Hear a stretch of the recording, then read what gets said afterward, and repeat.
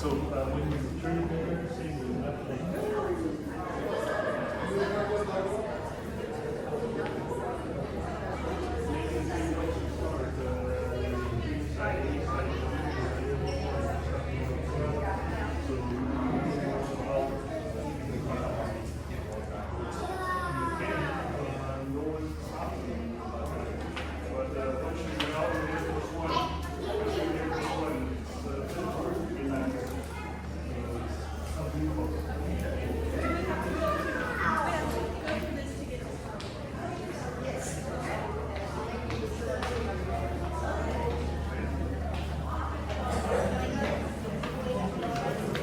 Why don't you go stand right there, Kevin?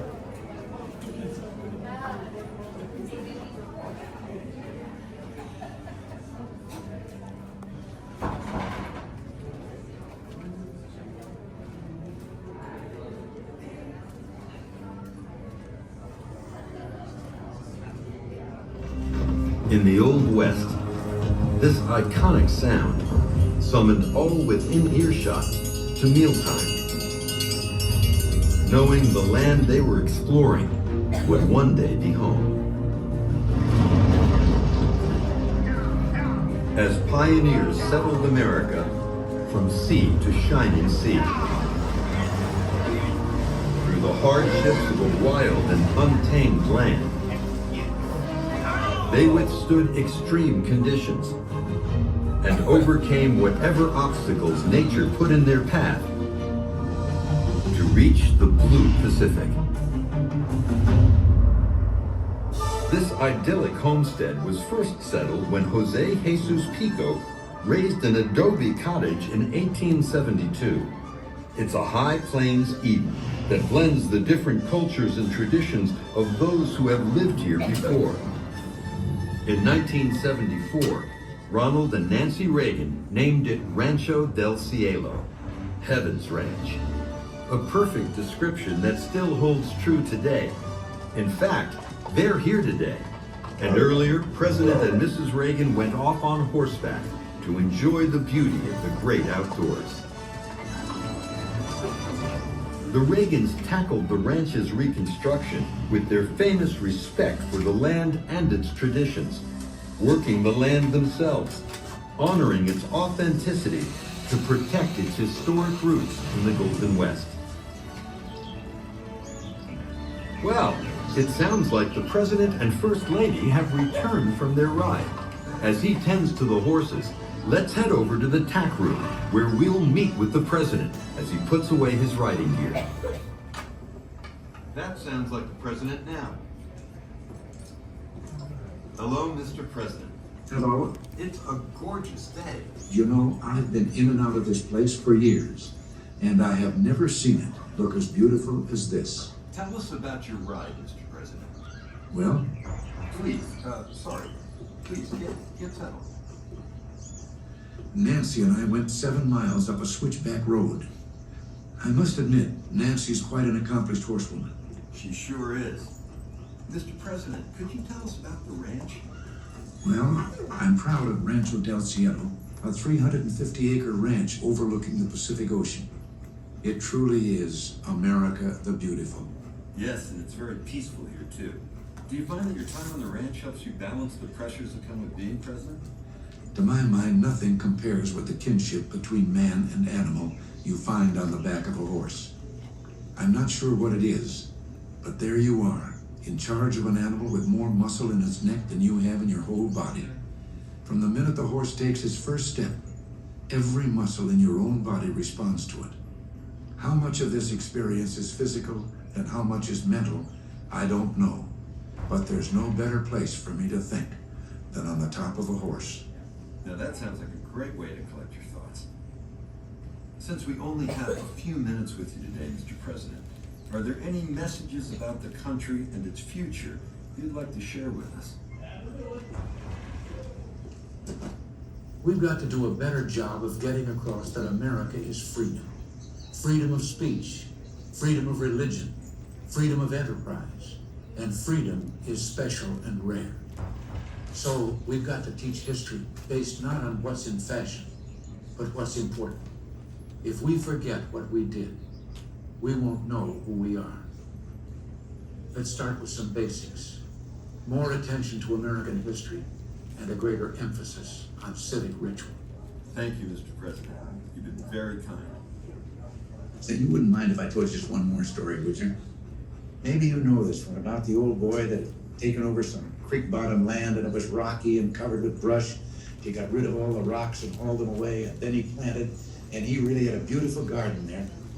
And one day at church, he asked the minister to come back with him after the sermon. Well, the Reverend arrived, and he said, "Oh my, God has certainly blessed this land. I've never seen anything so wonderful. And look at the corn. I've never seen anything as tall as that. God certainly has been good to this place." And he went on that way until finally the old man was beginning to shuffle a little bit, said, "Reverend, I wish you could have seen it when the Lord was doing it by himself." Story, sir. Any closing thoughts? And so it is with our nation. We've been blessed with a vast and beautiful land and with an energetic and enterprising people. Yet it's up to us to keep our nation prosperous, strong, and free. Thank you all very much for being here. God bless you.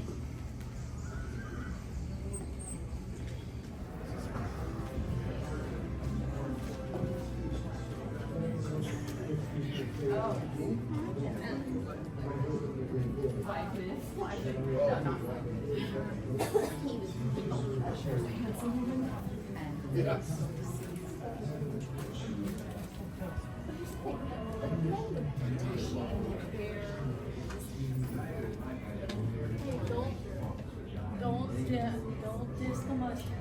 No, I'm saying the middle. Oh,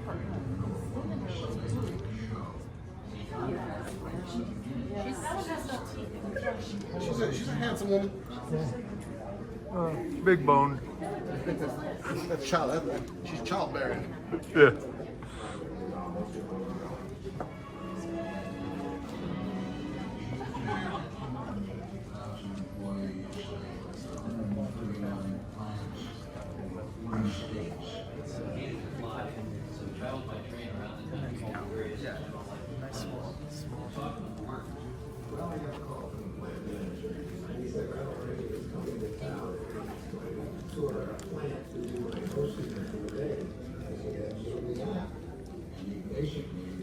Oh, and you have to excuse me sometimes I just wander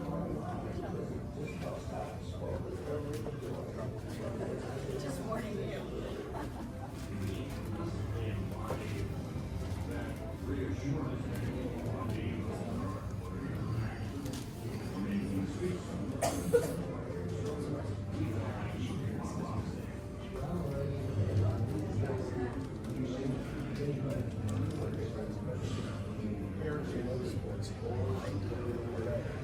I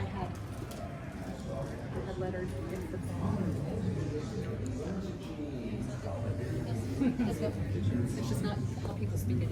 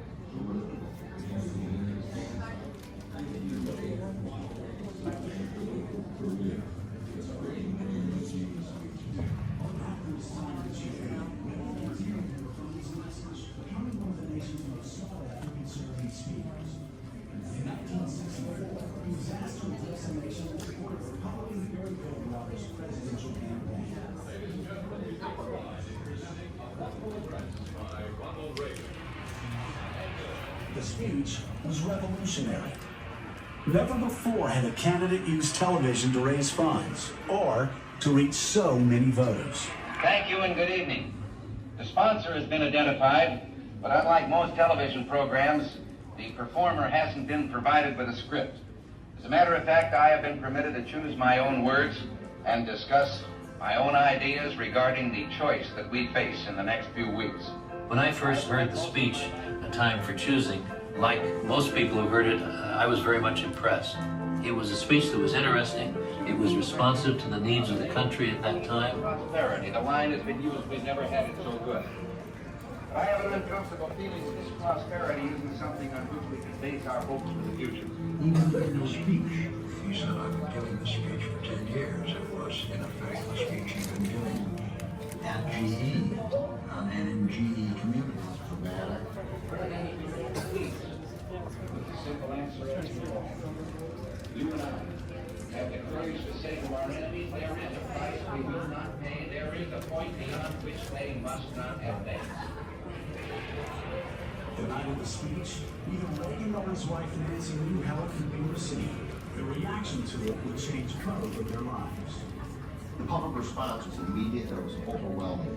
It comes across as principled and substantiated, beautifully artistic and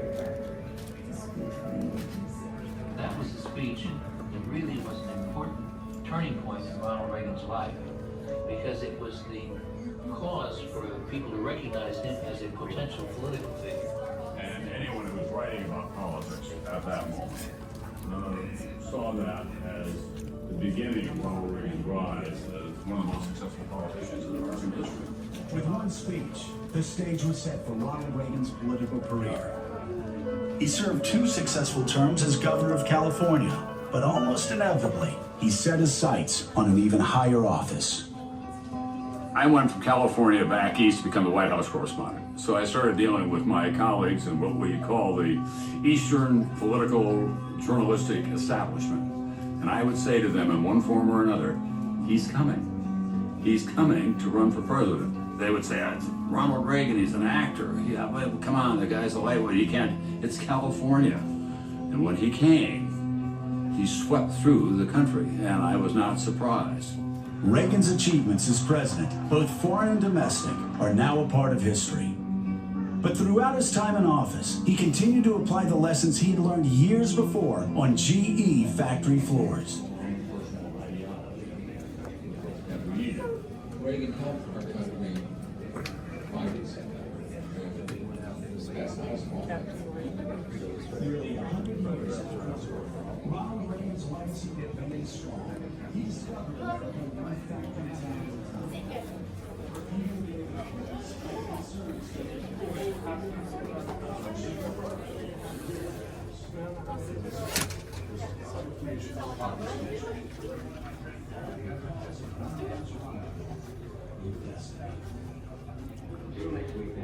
Here's where the movies are.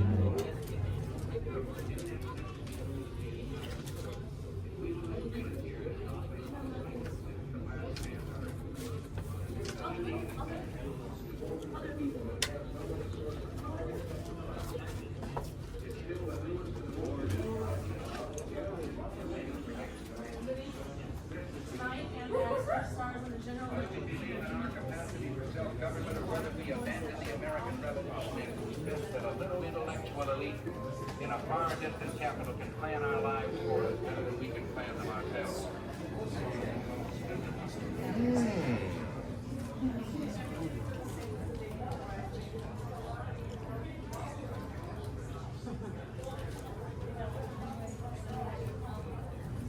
We have so many people who can't see the left hand standing beside us without touching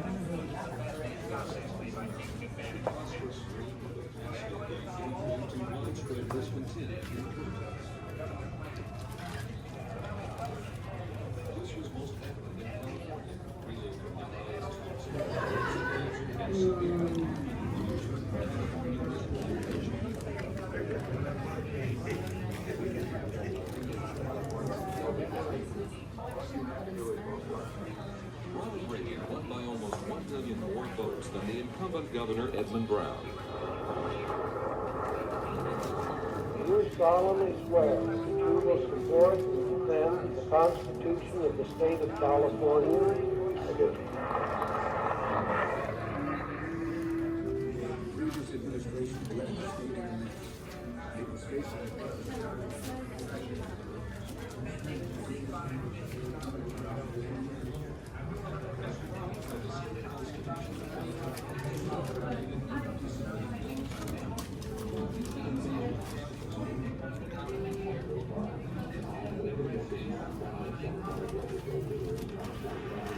simply don't need another highway.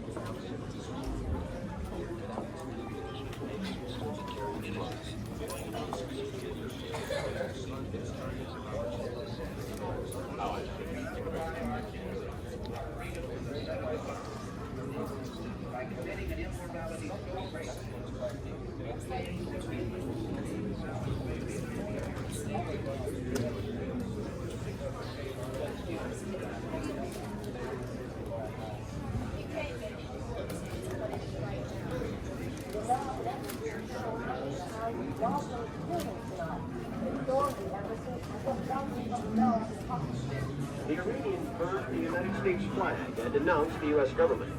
And yes, it has come to this, the 300th day of captivity for the hostages. This is the situation. There had been a United States effort to rescue the American hostages in Tehran, but the effort failed. There are reports that up to 45,000 Russian soldiers are now in Afghanistan already across the border. President Carter said the Russians have one more week to pull out of Afghanistan.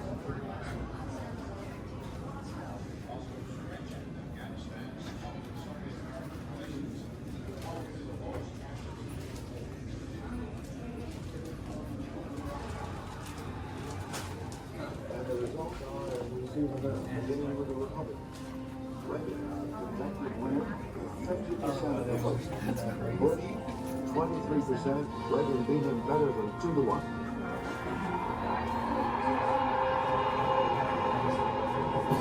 My fellow citizens of this great nation, with a deep awareness of the responsibility conferred by your trust, I accept your nomination for the presidency of the United States. I watched that live when it happened.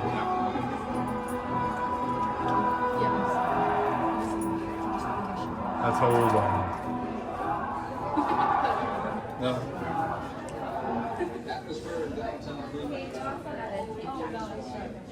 You've been like little when you go through up here.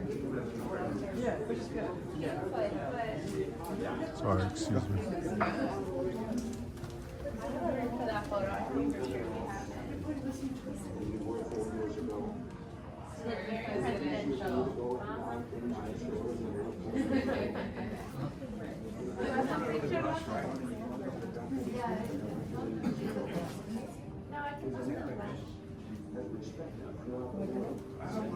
It can be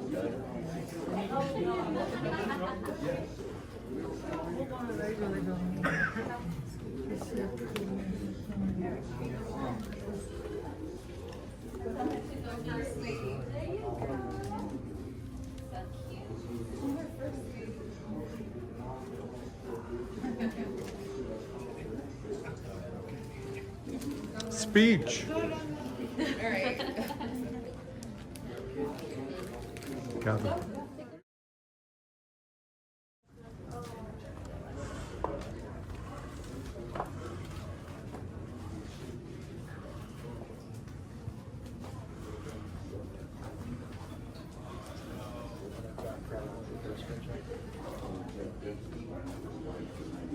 by Gene Tunney for the heavyweight championship. Only the emergency room. It's a perfectly discovered live in its mom.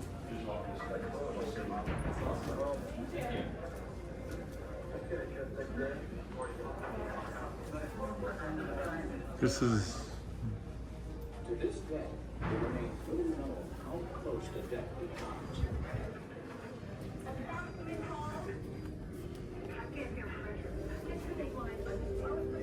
When doctors first examine Reagan, they find his blood pressure dangerously low. The president is on the verge of going into shock.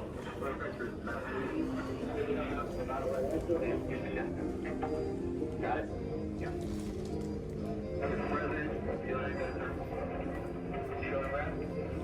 Okay, this should help a lot, right? So take out the air and blood, you'll go. Yet even in the operating room itself, Reagan's first instinct is to put everyone else at ease. We were getting ready to put him to sleep. It was at that time that he sort of lifted his head up off the operating table. I said, I hope you're a Republican. And one of the doctors turned and said, Famous president for all the road. The bullet was removed by surgeons, and Reagan displayed astonishing powers. Wow, this is how it looks. And this is how it looked during President Reagan's second term. During his first term, we were in a recession. Didn't have a lot of money. So he used President Carter's pastel colors. When you walked in, you knew that this president was a cowboy, just by looking at the color scheme, the bucking broncos, the saddles. The door that you came in through leads to the Rose Garden. Right over here is a replica of the famous Resolute desk. So that's a replica. The real one used to be a British ship that was set aground up north. Our whaling ship found it, refurbished it, gave it back to Queen Victoria. She was so happy to have her ship back. Years later, when she decommissioned it, she had desks made from its timbers, and one of the desks she gave to President Hayes. Everything on the desk is authentic except the phone. The chair behind the desk, that's actually President Reagan's chair when he was governor of California and when he was president. And it's back here in the library museum. Right over here's a door that leads to a conference room and a dining room, and an office. That door there.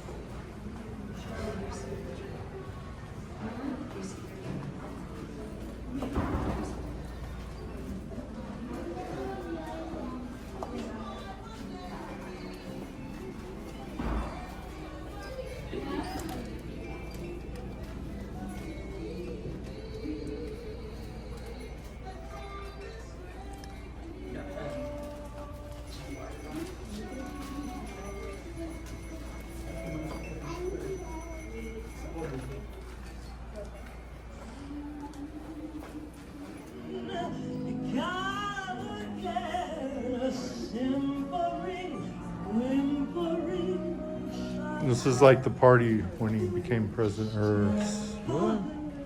I don't know.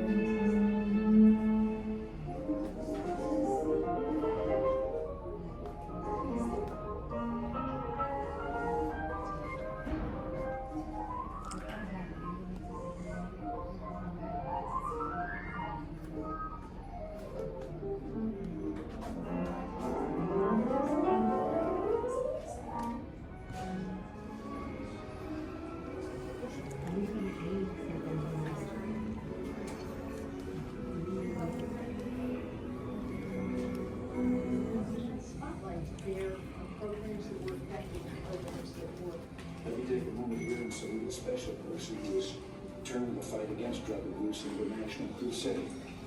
She mobilized the American people, and I'm mighty proud of her.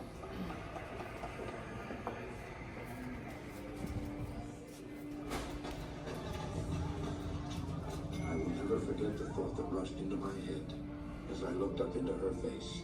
Of all the ways God had blessed me, giving her to me was the greatest beyond anything I could ever hope to discern. When something like that happens, that kind of trauma, it just stays with you. You hold yourself together for a long time because you have to. And then the tears come easily.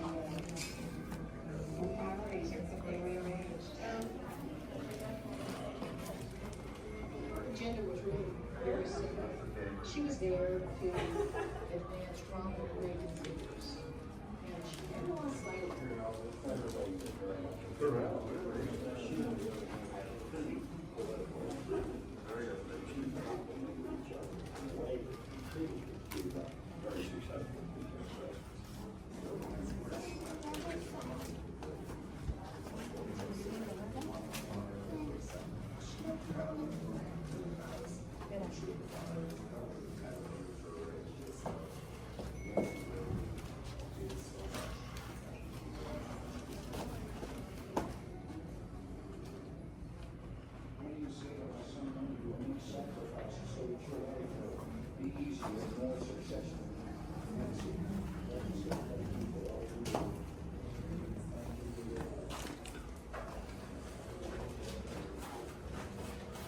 Ready for Air Force One, Gavin?